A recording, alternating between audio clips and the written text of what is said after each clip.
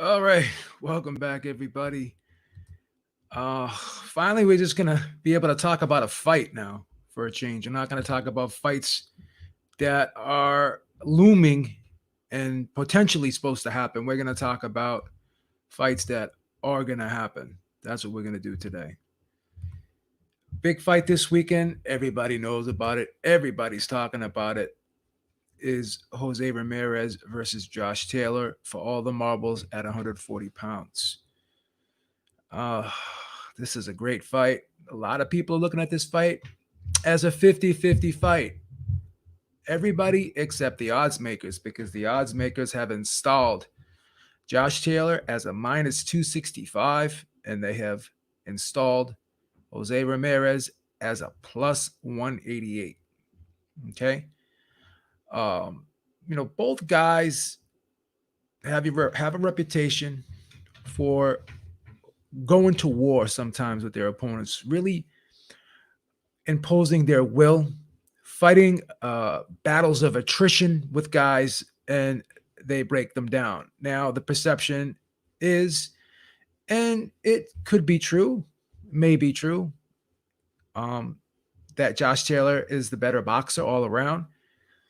But when you say someone's the better boxer, they may do more things, but because they do more things, it doesn't mean that their style or all those attributes that they possess allow them to be more effective or more successful against other opponents. So just because a fighter may be more well-rounded, it doesn't matter, because if the other guy doesn't have as many dimensions, but his dimensions are stronger, then he can overtake the versatility.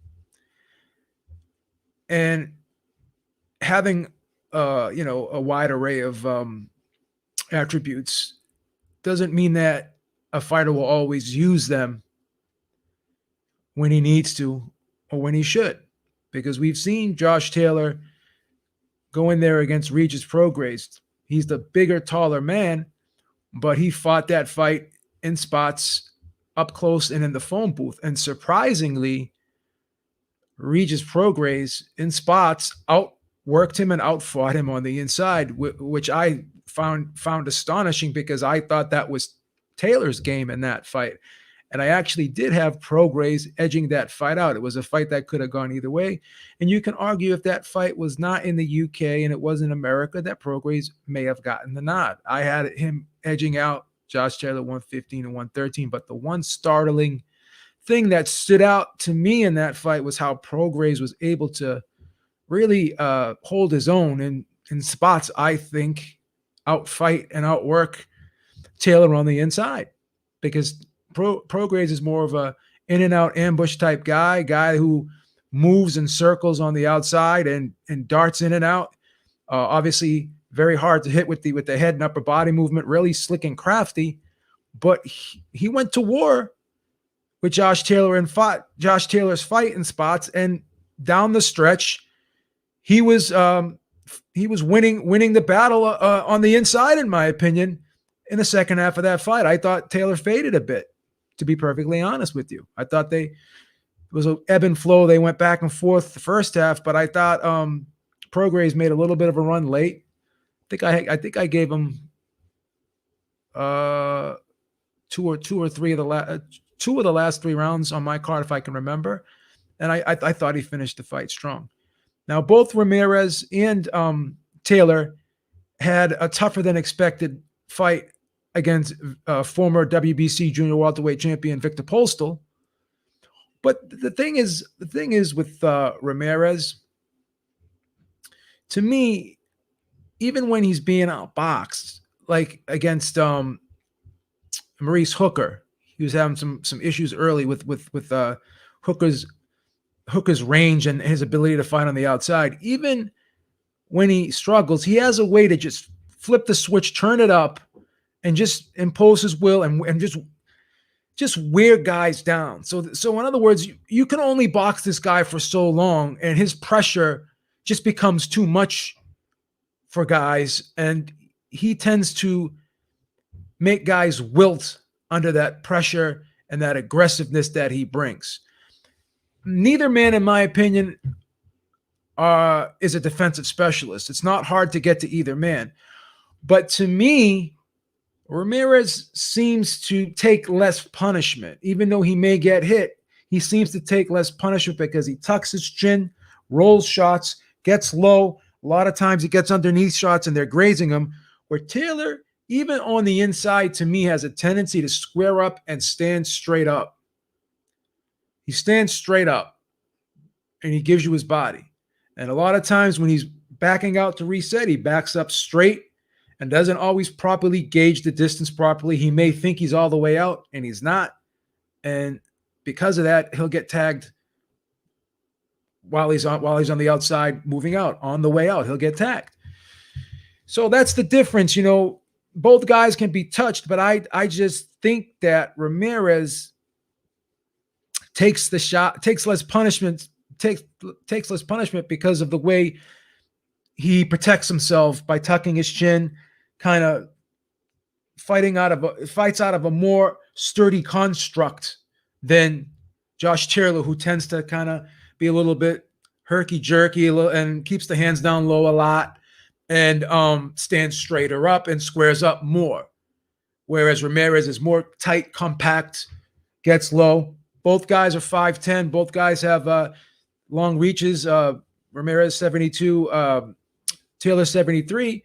But again, for the most part, these guys love to fight up close and go to war and fight in the phone booth, which both guys are saying they're going to do here. But the big difference, in my opinion, is, like I said, I love how Ramirez fights in a more tighter, more secure construct, whereas you see Taylor standing straight up and doesn't always tuck his chin, doesn't get low. Big thing when you get inside is you got to make yourself small. When you're up close, you got to make yourself small. When you're out, that's when you make yourself tall. Close, small, out, tall. That's what we're taught in the gym. And for whatever reason, Josh Taylor is tall when he's on the outside and on the inside. That's the big difference. That's the big difference here. I think both Ramirez and Taylor have good jabs, but again, Ramirez tends to have a more heavier-handed jab. His jab is more to push his opponent back, knock him back, and while he's off balance, that's when Ramirez slips in. A lot of times, Taylor likes to throw that jab as the rangefinder, as the rhythm disruptor. It's not as always as authoritative, or it's less authoritative than Ramirez's is. So yeah, you can argue that Taylor's better on the outside, better in the mid-range. But if he's going to spend, and history has shown us that this to be true, if he's going to spend long periods of time deep in the pocket, if he can get lulled into these slugfests, and if a guy like Regis Prograis is much smaller and who was perceived to be not much weaker, but he was perceived to be the less stronger of the two. I'm not going to say he was the weaker of the two, but the less stronger of the two, and he was able to hold his own on the inside with Taylor, then I have no doubt that Ramirez can hold his own and probably get the better on the inside because of the way he positions himself up close. That's the difference here. Couple side notes that I've found out, and these can be debated or not. These claims that I'm going to make right now are not etched in stone. Taylor's been having problems making this 140-pound weight class. That's why there's been talks of him moving up and fighting Crawford, or the winner of this fight fighting Crawford. Ramirez really hasn't had an issue making weight. Both guys can definitely, their frames can hold 147, but Taylor's struggled. He's missed weight one time against Baranchek. He's looked very dry at weigh-ins to me, and that may be an issue in this fight. He's fighting in the United States. He's coming over here. I think he came over about a week ago, so there could be a little jet lag. He's still getting acclimated. Vegas is very, very hot, so he's coming from a cold climate in the UK, or a cooler climate in the UK. and he's going all the way over to a warmer climate. There's a little bit of rumblings in the camp that I've heard, and I'm hearing some stuff that he's a little bit under the weather. He may have a touch of a cold, so that could be an issue. How you doing, Anali? Annalie, I think that's how you pronounce your name. How you doing? Nice to see you today. So that's an issue. From what I'm hearing, Taylor's a little bit under the weather. I think the the time change and the temperature change and coming over, with just with the week to spare, 10 days to spare, that could be a problem for him. Okay, that could be a problem for him. But from what I hear, he's a little bit under the weather. That could be an issue as well. Having problems making the weight. Don't be surprised if he has to get on the scale twice at the weigh-in. And he's gonna. To me, I'm expecting him to probably look a little flat and dry at the weigh-in. He looks like that right now. His face looks a little gaunt to me. So that's something else to think about. Not a big fan of Ben Davidson in the corner as the head trainer. Ben Davidson's an overly defensive trainer. If there's going to be a little bit of conflict between fighter and trainer, if Ben Davidson's telling a naturally aggressive guy to not be aggressive, and he's trying to make a concerted effort to be less aggressive and box more in this fight and fight out of character, that could be an issue. Trying to force yourself to fight one way that's not natural to you. So there could be a conflict within Josh Taylor trying to figure this out with Ben Trainer in the lead spot here. So I'm not a big fan of Ben Davidson being the lead trainer here, but I'll tell you who I am a big fan of in the corner, and that's Robert Garcia. Definitely, without question, Ramirez has the much better trainer. And like I said, Ramirez and Taylor get hit, but like I said, I just think that Ramirez takes the shots better. He seems to take less punishment. The punches don't seem to land as flush. You don't see his head snap back as much. He seems to walk through a lot of these punches, roll through a lot of these punches, get up underneath, and these punches seem to graze the top of his head more. Where I'm seeing Josh Taylor, when he's getting hit, his head is snapping back. He's catching these shots a lot more flush, and he seems to be taking more of the blunt of these punches and more of the damage of these punches. So that's going to have an effect. Ramirez tends to come on strong in the second half, where Josh Taylor tends to fade a bit. So key points here. Ramirez on the inside, more sturdy, tighter construct. Not going to catch the shots as flush. The body's going to be protected more. Gets low. Taylor's going to be straight up. That's going to be a problem for Taylor. Ramirez has shown that he's making the weight comfortably. Taylor has had some struggles making this weight. That's another one. Taylor's coming over, fighting Ramirez in his backyard, or pretty damn near close to his backyard in Vegas, a couple hours away from California. That's another box to check in the favor of Ramirez. The trainers, we already went over that. Garcia, levels above Ben Davidson. That's another box we check. And from what I'm hearing, Taylor is a little bit under the weather. You could hear it in his voice when he's doing interviews. His voice is a little scratchy. He's sneezing and coughing a lot. I don't think he's 100%, to be honest with you. I'm not trying to put a cloud over this fight. Don't be surprised at the end of this fight if you don't hear Taylor say, I had a touch of the flu or the touch of the cold or something like that. So that's another thing. And finally, Ramirez gets better as the fight goes on.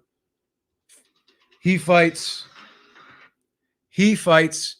better in the second half. He tends to come on stronger in the second half, while Taylor tends to fade just a bit, ever so slightly. So, Beeb, what's the pick here? I think you're kind of getting a feel for where I'm going here.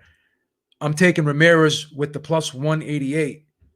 But if you really want to get brave, I'm not recommending this pick, but if you want to throw a little bit of a tickle on this one, you could take Ramirez at a plus 650 with the stoppage proposition. But the pick I'm recommending, we're going to play it safe because Taylor is a tough guy. He could grit it out. So I'm taking Ramirez with the plus 188 to just win straight up. But my official pick here is going to be Ramirez with a 10th round stoppage. But I'm not 100% sure on that. I'm about maybe 65% sure on that. But I'm about 80% sure that Ramirez wins this fight based on the information that I have and just based on the assessment of each individual style, strengths and weaknesses. So Ramirez's will, his just overall will, his toughness, he's got a lot of dog in him. And that's taking nothing away from Josh Taylor because he has a degree of a level of tenacity in him as well. But Ramirez's tenacity is just on another level. I've seen him just flip the switch and really turn it up on the turn of a dime, whereas Josh Taylor, I don't think has that same ability. There's a level of toughness that every fighter has, and this is no knock on Josh Taylor by any means because he has a high level of toughness as well. I just think Jose Ramirez is just on a higher level in that department. And when you have two guys who can end up fighting a battle of attrition, you're going to have to go with the guy who's more gritty, who has more toughness, and gets better with the adversity and down the stretch. So I got Ramirez here, 10th round stoppage. The pick that we are going to recommend, I repeat, Ramirez, we're going to take with the plus 188. All right, that's the pick we're recommending. But don't be surprised if we do see a late stoppage by Ramirez in this fight. Taking nothing away from Josh Taylor. He is a warrior. He is a very, very good fighter. But Ramirez is also a good fighter, but he just has that next level tenacity, toughness, durability. He's got a lot of the intangibles that Josh Taylor has as well, but just at a higher level, in my opinion. And a fight like this, the guy who can outlast the other guy is the guy that's going to win. This could be an upgraded version of a Toro Gotti versus Mickey Ward, a more technical, upgraded version of that. And in those types of situation, the guy who can outlast the other guy, the guy who can kick it up when he needs to, more so than the other guy can, that's the guy that's going to win. And in my opinion, that person, that guy will be Jose Ramirez. All right, guys, thank you so much for joining me. Beeb is out. Talk to y'all soon. Make sure you check me out and Eric out every Sunday. Ringside Reporter podcast, 7 p.m. Eastern time. We will be back, and I'm sure I'm going to be steady dropping videos throughout the week. I'm anticipating probably either by the end of this week or maybe the beginning or middle of next week, we're going to get the Wilder Fury announcement. So may drop another video about that later today as well. But until next time, Beeb is out. Talk to y'all soon. Peace. Enjoy the rest of your day, and always stay safe.